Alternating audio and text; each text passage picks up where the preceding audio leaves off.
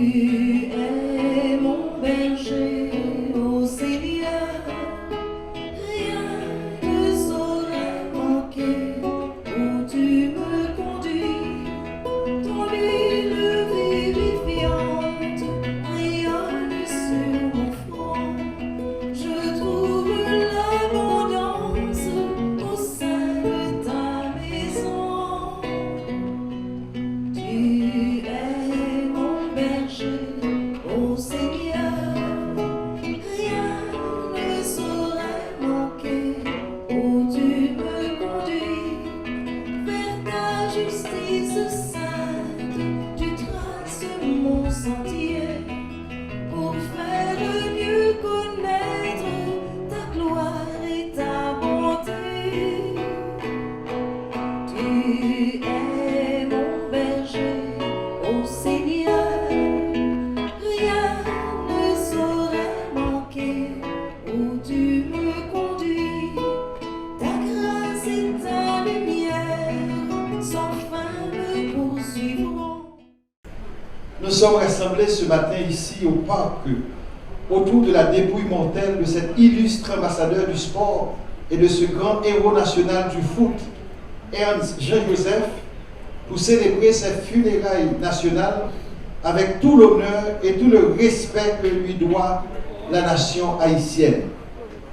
Nous sommes venus en cette circonstance particulière lui payer notre tribut de peuple et lui rendre un hommage solennel, public et populaire, bien mérité pour la gloire qu'il régala avec ses collègues à notre cher Haïti dans les années 70, par sa générosité de défenseur, par sa performance de joueur et par ses hautes qualités sportives. Nous sommes venus donc saluer la mémoire de ce grand baobab du foot, du ballon rond, mais aussi nous sommes venus prier pour le repos de l'âme de ce grand Makou du terroir venant du Nord. En tant que nation endeuillée et consternée par son départ, nous ne saurions ne pas faire l'éloge de ce personnage glorieux de l'association sportive capoise, de cette étoile exceptionnelle du Violet Athletic Club et de cette légende nationale du ballon rond, qui a su lui-même puiser en Dieu au trésor de la fierté capoise et christophienne et à la source des valeurs ancestrales de l'Haïti profonde, son inspiration footballistique pour faire honneur à la patrie éternelle en incarnant les vertus provinciales les plus hautes et les plus belles de notre fier et digne peuple sportif. En effet, par ces funérailles nationales solennelles et épiques que nous célébrons aujourd'hui, nous voulons exprimer notre gratitude reconnaissante au Dieu créateur à travers cette Eucharistie de consolation et de requiem pour le don de la belle et passionnée vie de Tinès en tant que génie du foot et une des gloires du football haïtien.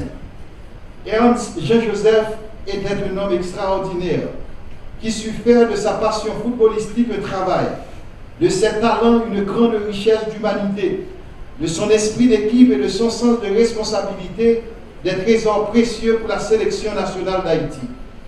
Tinès a vécu sa vie en marquant l'histoire du foot de notre pays et il est devenu une figure sportive de référence au niveau national comme ancien joueur et capitaine du Violet Football Club, comme un point de repère éloquent et remarquable pour les professionnels et les amateurs du foot en Haïti. Et enfin, Tinès, comme une lumière pour tous les fans, les supporters et les amateurs du ballon rond qu'il avait connu, rencontré, aimé et surtout apprécié, est un homme qui devient un patriarche.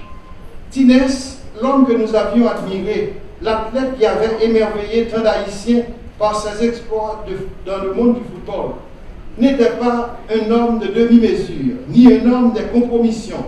Le slogan de ce défenseur international était « La balle passe, mais l'homme ne passe pas ».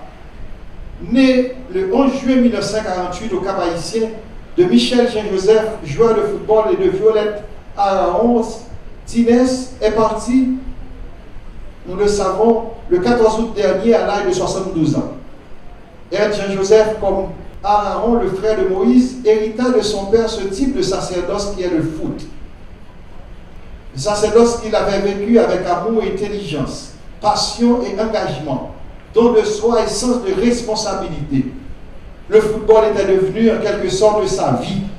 Il était tout pour lui, mais en termes de moyens et non de fins. Parce qu'il n'avait jamais considéré le foot comme une religion. Il le considérait et le vivait comme une profession et une vocation. C'était pour lui comme un appel et un sacerdoce. Aussi avait-il développé une forte volonté d'être fidèle à lui-même, de garder sa vocation de footballeur et de mener le bon combat pour vivre sa mission jusqu'au bout, en entraînant d'autres à le suivre. Nous avons encore en mémoire au cours du mondial de 1974, avec les images d'autrefois de la télévision en noir et blanc, nous avons ciselé le visage rayonnant et souriant de l'éternel défenseur d'Haïti, André Joseph, qui dans la défense haïtienne sautait plus haut que tout le monde pour dégager le camp national contre les attaques fulgurantes et foudroyantes des éminents footballeurs italiens. Nous nous souvenons encore de cet acte spectaculaire et de ces coups de tête défensifs exceptionnels qui fit gagner la Coupe CONCACAF à Haïti. Nous nous souvenons tous de ce geste des mains que notre icône nationale posait pendant le goal d'Haïti de Mano Sano en Allemagne, alors que debout on applaudissait l'équipe haïtienne qui venait d'entrer dans le livre de Guinness pour avoir défié le record mondial de Dinosaure qui avait joué 116 matchs sans avoir reçu aucun but. Tout cela se déroulait lors du mondial 74 dans une féerie de couleurs, dans un esprit de bon enfant, dans une ambiance formidable, dans un esprit de corps, d'association, de communion, de détente, d'intégration fraternelle, de lutte intrépide, de résilience et de courage, où un pont allait désormais être jeté pour inscrire Haïti dans le concert des nations du football, comme disait autrefois Victor Hugo en commentant l'histoire glorieuse de notre indépendance. La Terre, au cours de cette période estivale de 1974, tournait au rythme du ballon rond, qui dansait aux pieds des joueurs et qui s'envolait parfois au-dessus de leur tête.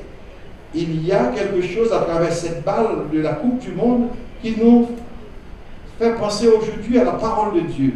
Une parole qui nous invite encore à jouer le grand match de l'Évangile, le grand match de la vie, l'extraordinaire match du fair play, le match victorieux de l'amour, le match de la vérité, le match de la transparence, de la justice, de l'équité et de l'inclusion. Car au soir de notre vie, chacun de nous sera jugé sur le bien et l'amour que nous avons accompli pour aider les autres à réussir et pour faire réussir notre pays. Dans la vallée de l'ombre, je ne crains pas la mort. Ta force et ta présence seront mon réconfort. Tu es mon berger, ô Seigneur. Rien ne saurait manquer où tu me conduis. Ton huile vivifiante rayonne sur mon front. Je trouve l'abondance au sein de ta maison. Tu es mon berger, ô Seigneur. Rien ne saurait manquer où tu me conduis. Vers ta justice sainte, tu traces mon sentier pour faire mieux connaître ta gloire et ta bonté.